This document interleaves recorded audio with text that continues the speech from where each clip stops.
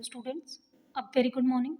So, students, in last class we were discussing our chapter oscillation and up to the topic of simple pendulum, and the characteristics of simple pendulum means the factor that can affect the time period of simple pendulum. Up to that one we have discussed.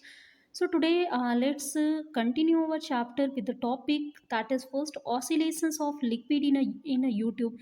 So this topic is deleted from your new pattern, but still we will discuss it because these topics will help you to straighten your basics about the simple harmonic motion and as well as simple harmonic oscillator. So here, as what is first the YouTube, you can see now a shape here. You can see this shape and in figure. So this shape is just like the capital letter of English, that is U shape. So that's why we are calling it YouTube. And in this YouTube, we a liquid we have taken. So that liquid will oscillate if we will just depress it. Then how the oscillation will establish, we will see that. And if the oscillation is established, then what will be the time period and frequency? We'll calculate that thing also. So let's just calculate, or let's continue now. So first, as we will consider a liquid that has density rho that is contained in a vertical U-tube of uniform cross-sectional area capital A. So in equilibrium position of let P and P1. So this you can see here P. This is now P1. So P and P1, that will be the level two levels of the liquid in two limbs of U-tube. So these are now known as the limbs of the U-tube here.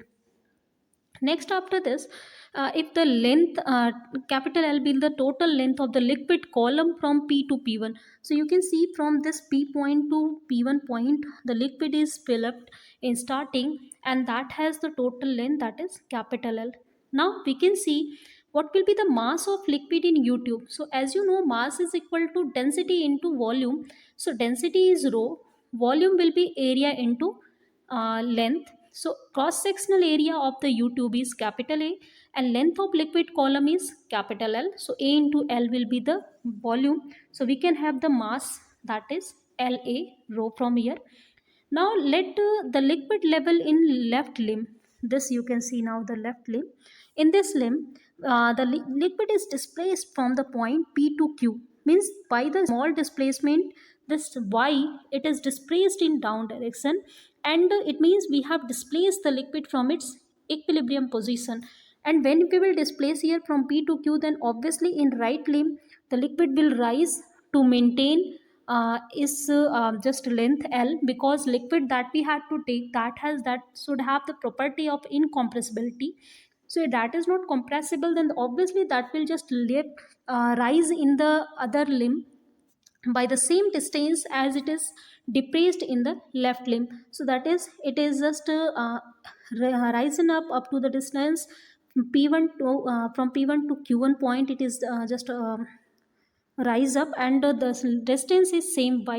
Yes, overall if you will see how much the liquid is displaced from its equilibrium situation. So from here P to Q it has displaced, and now P1 to Q1. So from P to Q y distance, from P1 to Q1 again y distance. So total 2y distance, as you can see now, it is here just showing 2y distance it has just covered now. Next one, if now we will calculate what will be the value of this 2y distance, or if 2y is the liquid column, then what is the obviously the value of the restoring force that will be provided by this 2y distance. Reason, when we will displace the liquid, then as liquid has the property of elasticity, so due to its elastic behavior, it will obviously try to regain its original position, and to regain it, it will apply some restoring force. Means in this direction also restoring force, and in this direction also, in left and right limb, both limb, it will starts to just produce the restoring force. So what will be the value of restoring force? That will be obviously because of the displacement created, and displacement, overall displacement created is 2y. So we can see now from here the restoring force on the liquid, that is F is equal to minus of weight of the liquid column of height 2y. So obviously, you know, according to Archimedes principle, the liquid that is displaced from its position, or that is always try to regain its just position by application of the restoring force in opposite direction to the weight of the liquid column. So it means the force, restoring force, would be equal to weight of liquid column of height 2y. Now weight, as that is equal to mass into just gravity. So in the place of mass, you can have the same concept, that is volume into density into z. So you can see now the volume will be equal to a into 2y, because a is again cross sectional area, that is constant, and the height or liquid column height, that is 2y. So that is a into 2y into rho into z. So finally you can write, rearrange this equation. F is in this format, that is minus of 2ay rho into z into y. Now in bracket term, you can see from here, a, this is already a constant, rho, that is also a constant, and the third term, that is z, that is also constant, because a is cross sectional area, you can see it is constant. Rho is density of liquid, that is obviously constant, and g is gravity is constant. Means the force that you can see, that is the directly, a force is directly proportional to y. And as you know, this is now the concept of simple harmonic oscillation. Whenever the restoring force that will work and that is proportional to y, then directed means F will be always directed towards its equilibrium position. Hence, if the pushing force that you will remove from the liquid column in U-tube, then that time it will start to execute linear simple harmonic motion in U-tube with equilibrium position as the mean position. So this is now our concept of the oscillation of liquid in U-tube. I think that is now completely clear.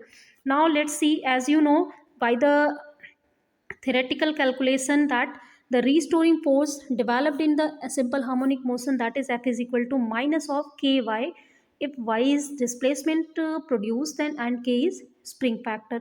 So we can now write down a spring factor by comparing it, equation 42 and 43 in the screen. You can see on the screen that one.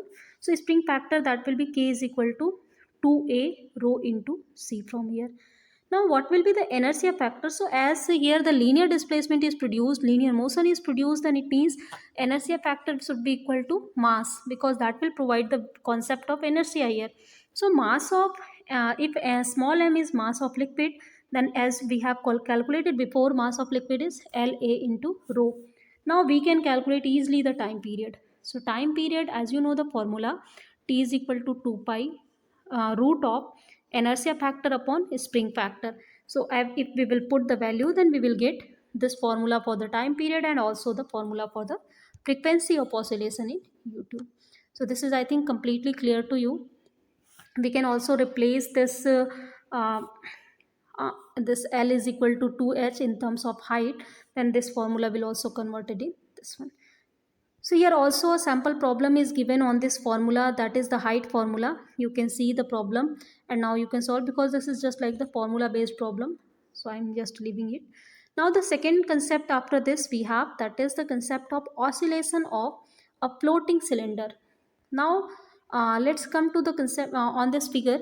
So in this figure you can see figure 10a 0.20, that is you are seeing a cylinder here, that is just floating in any liquid.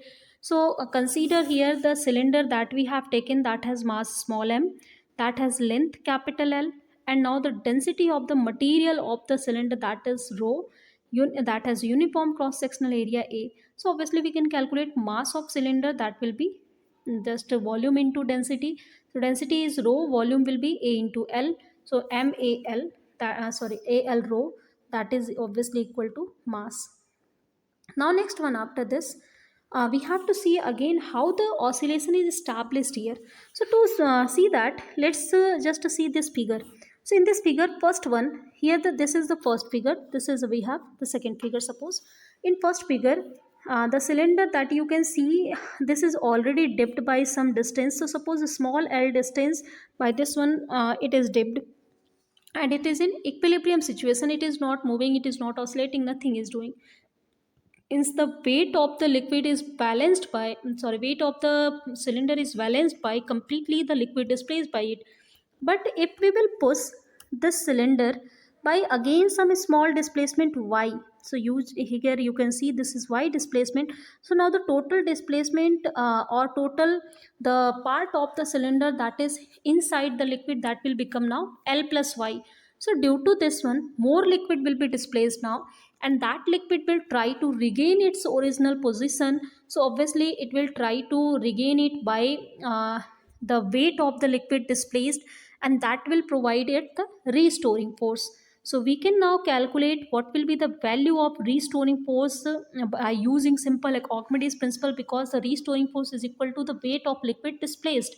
So suppose here the cylinder that is flowing vertically in a liquid of density sigma.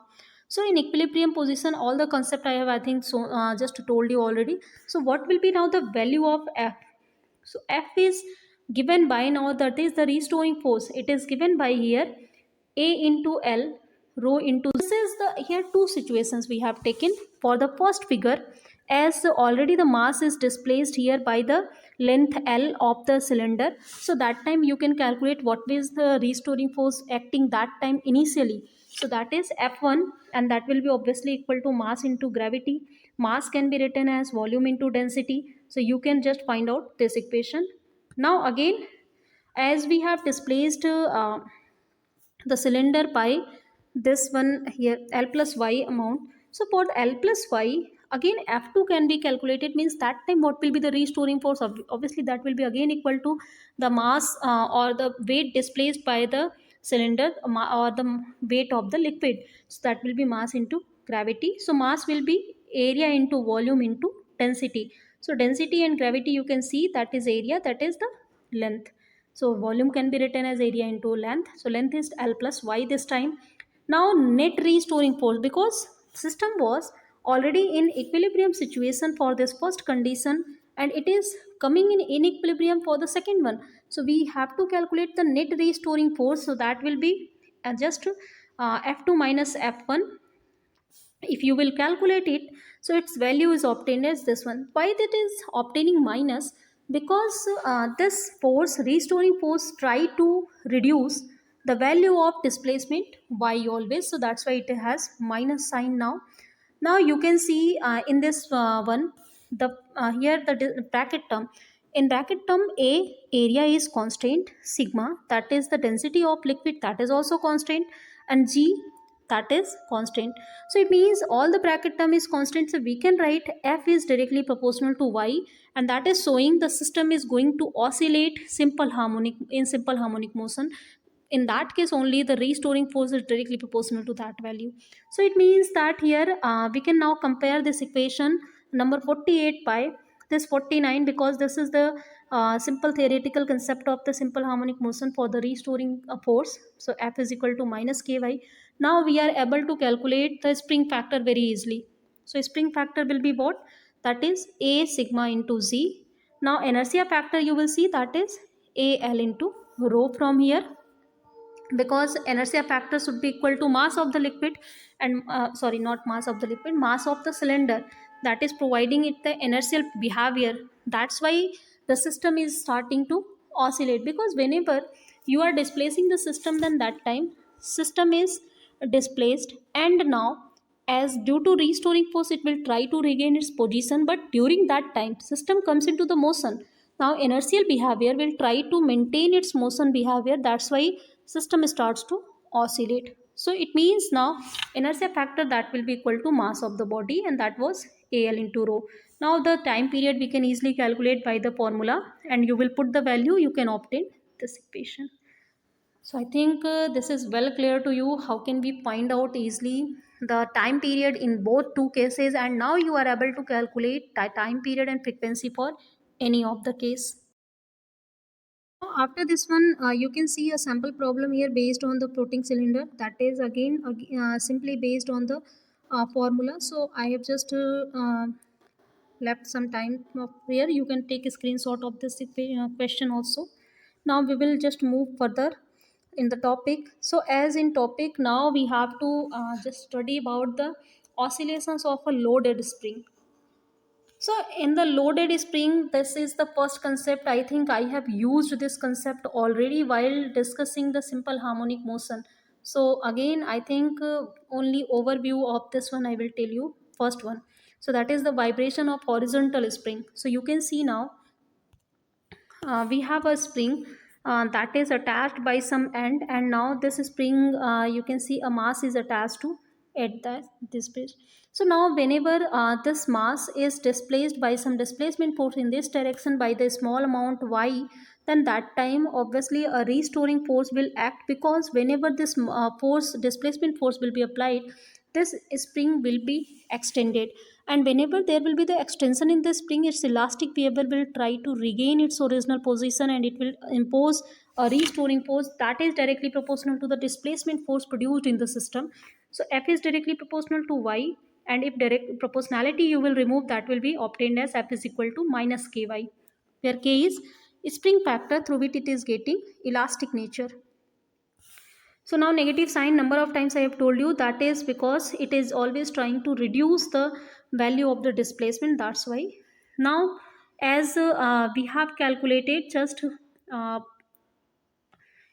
spring factor, that is obviously here k, and inertia factor that should be equal to the mass of the body that is attached. So here the time period easily by the formula if you can calculate, that is 2 pi root of inertia factor upon spring factor, and that is m by k.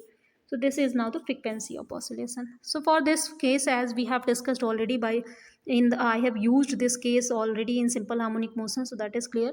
Now this case, the second case, you will see for the vertical spring, this we haven't discussed, so let's discuss this one. So vibration of vertical spring, you can see we have three figures A, B, C. You can see three figures we have, and by these figures we can we can easily understand how the vertical spring will vibrate. So first of all, we have taken only a vertical spring that is suspended, and we have just attached the one part of the spring at point A, and other end B is free now. So from the rigid support we have suspended this one. Next one, if we will just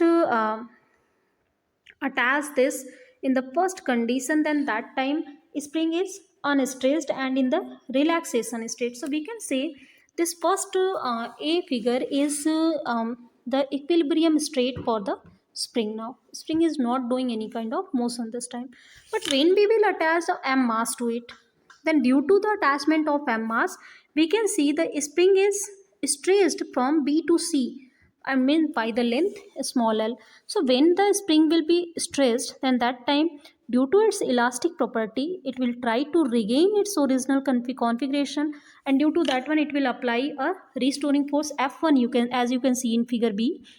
So that F1 will be obviously directly proportional to the length that through which the spring is stressed. Just now we have discussed in previous case.